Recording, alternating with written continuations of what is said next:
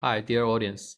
My name is Yuzhou Wang, and my student ID is Z5231166.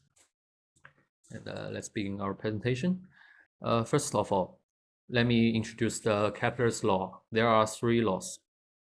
Kepler's first law, also known as the law of ellipses or the orbital law, states that each planet orbits the Sun in an elliptical path, with the Sun located at one of the foci of the ellipses. Kepler's second law, also known as the law of equal areas, says that the line connecting the Sun and a planet sweeps out equal areas in an equal interval of time. This law essentially reveals the conservation of angular momentum for a planet orbiting the Sun.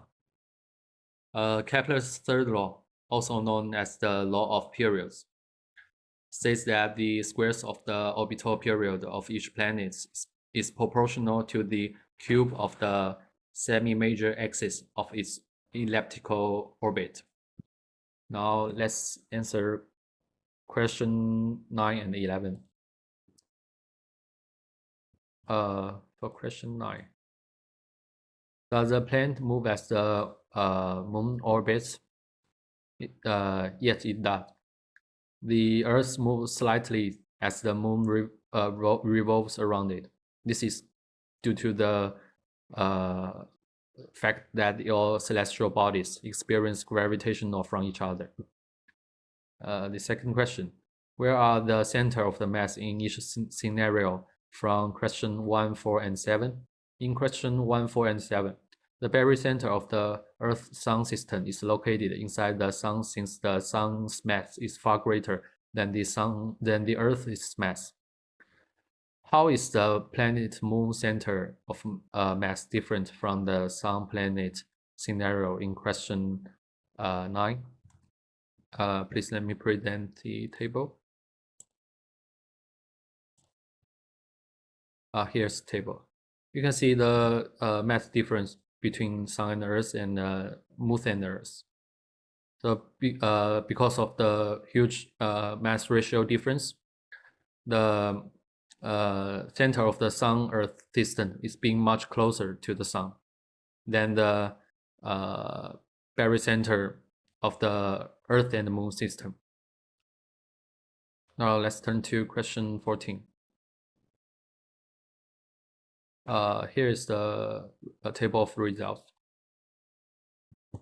Does this result follow Kepler's third law? Yes, they do. Kepler's third law states that the square of an orbital period of a planet around the Sun is proportional to the cube of the semi-major axis of its orbit. Mathematically, it's expressed as this.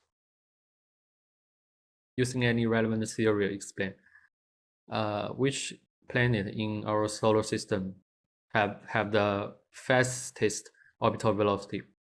Mercury is expected to have the fastest orbital velocity, since it is the closest planet to the Sun. Which planet was expected to have the slowest orbital velocity? Neptune is expected to have the slowest orbital velocity among the planets in our solar system. What is the reason for this? As what we discussed above, according to Kepler's third law, the closer a planet to the Sun, the shorter the orbital period and the faster its orbital velocity. What did I learn from the experiment? I gained knowledge of Kepler's law's practical application via this experiment, such as how the planet's orbital period and velocity relate to its distance from the Sun. Furthermore, I learned how to use simulation and experiment to validate this hypothesis. And that's all. Thank you.